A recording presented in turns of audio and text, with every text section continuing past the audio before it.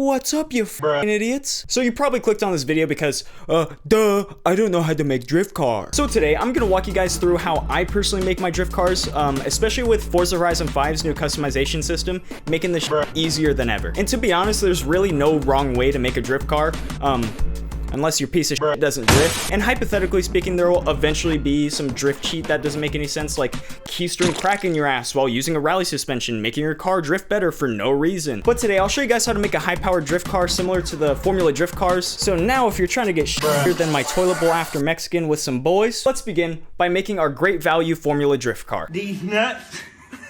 21. Now, I'm sorry guys, but yes, the high horsepower drift car will feature an LT1 swap.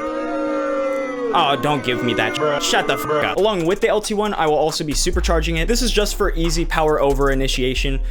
You can also go with the twin teriyaki tornadoes just because it doesn't lag too much because they're twins. Now for the handling, I went with race brakes, drift springs, front and rear anti-roll bars, a cage for stiffness, and full weight reduction. So no more using street or sport tire compound. Nah. We all about that drift compound now, baby. Papa loves some grip. And loves gripping on that bussy too, up top. Now, I prefer a square setup for drifting. However, there wasn't 265s for the front, so I went 245s in the front and 265s in the rear. Wheels, in my opinion, don't really matter too much. And just because I have a Meister S1 fetish, that's exactly what I went with. I also like my stance flush, so I maxed out the offset on both the rear and the front. And then with the drivetrain, of course, we're gonna fucking max out everything. Except, one thing to mention is, I went with a 6-speed transmission, and that's just so I can drift on the wheel because, well, my dog shit ass wheel from an unnamed brand only has 6 gears. Now, since we are working with a lot of power, if you guys want a smoother power response, go with the street flywheel. But if you don't give a shit and you want that rapid power response, go for the race flywheel. And since we have a fat fuck ass LT1 under the hood, it's again up to you if you want to add more power or not. I did because I'm a little power slut. But if you're trying to budget weight, then I would skip the engine mods. And here's the most important part. What's that, you may ask? The tuning dumbass. And for drifting again, don't listen to Robert from Forza Horizon 4. He doesn't know what the fuck he's talking about. You kind of do need grip, so I kind of just, I lowered the tire pressure PSI by just a bit. I do 28 in the front and 25 in the rear. Realistically, you can roll with the gearing given to you just because of the drift diff. However, I like gearing my cars similar to the Formula Drift cars. So I have 2 different gearing tunes. One of them is if you are garbage ass dookie at drifting like your boy, and then the other one is geared similar to the FD cars. Oh yeah, and something really important I should mention is, did you know that a large percentage of you guys are fucking stupid and you guys still don't know where the subscribe button is? Please, big boy gotta eat. Other than gearing, alignment is what will make the car slide way easier. So we ain't touching the camber in the front because that shit's already maxed out for you. However, in the rear, I bring it a little closer to neutral, just for more grip. But if it grips up a little bit too much for your liking, put that shit over to -2. I modified the toe to 1.5 degrees out at the front to make your steering response a little more aggressive. If you feel the rear end not slipping out as much as you want it to, bring that toe out just a smidge though, like -0.2 in. And then the caster angle will be maxed out at 7. And please, for this next part,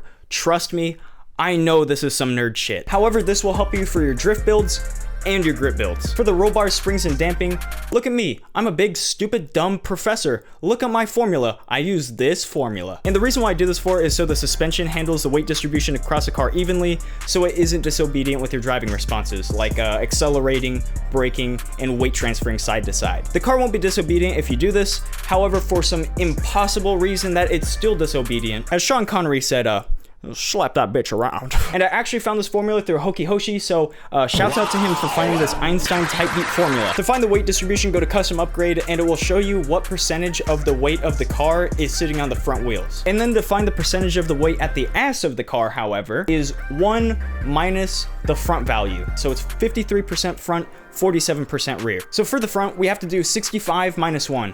And to be honest, if you need a calculator for that, what the fuck are you doing watching this video? Go back to watching fucking Cocomelon. So after we have the 64, we'll times that by 0.53, which is the front weight distribution, and you'll get a value of 33.92. And then we add the minimum value, which is +1. Again, if you need a calculator for this, go watch Cocomelon. So our final value is 34.92 for the front. For the rear, we use the same exact formula, but this time instead of 0.53, we change that with a 0.47, which is 30.08, and then you plus 1 more, and that's 31.08 for the rear. And then for the springs and damping, I'm not gonna walk you guys through that. It's literally the same exact formula, so just plug in the numbers, and wha-bam, you got a fucking suspension setup perfect for your fucking car. But if you want to save some time and you're following the build, these are the values right here. Pause the video right now, dumbass. There it is. All right, it's gone now. Hey, that sucks. So I changed the brake bias 35 to 40% to the rear, and the reason why I do this for is just so the front wheels don't lock up while I'm left foot braking during a drift. And then with the diff, I usually do a 95-50 split. And if you don't know how this works, you pretty much want the diff on acceleration close to full lock, so both the inside and outside wheels turn at nearly the same speed, so it's much easier to lose traction when steering. And the reason for my really tame deceleration in comparison to the acceleration is just so when you let off throttle, you obviously want to catch traction, and then you go back on throttle and boom, you're back full lock again, getting fucking shitty in the trenches, baby. So now let's take this clapped out S chassis out to drift, and voila, you got a fucking shit bucket that can compete with Formula Drift cars. And as you're seeing with your gimpy fucking eyes right now, this is performing about as well as a fucking Formula Drift car. And let me give you a pat on the back. Wow, congratulations, you're now a professional drift tuner. And that's it. Now you guys can make drift cars and put any wheels and aero you want to fucking slap on it without being restricted by the fucking user-made tunes with some god-awful 18-inch American racing wheels on a Miata and a dog shit-ass Forza weight. So yeah, that's it. If you guys enjoyed, like the video and subscribe if you're new. And it's time to fucking clap some Horizon 5 cheeks, baby.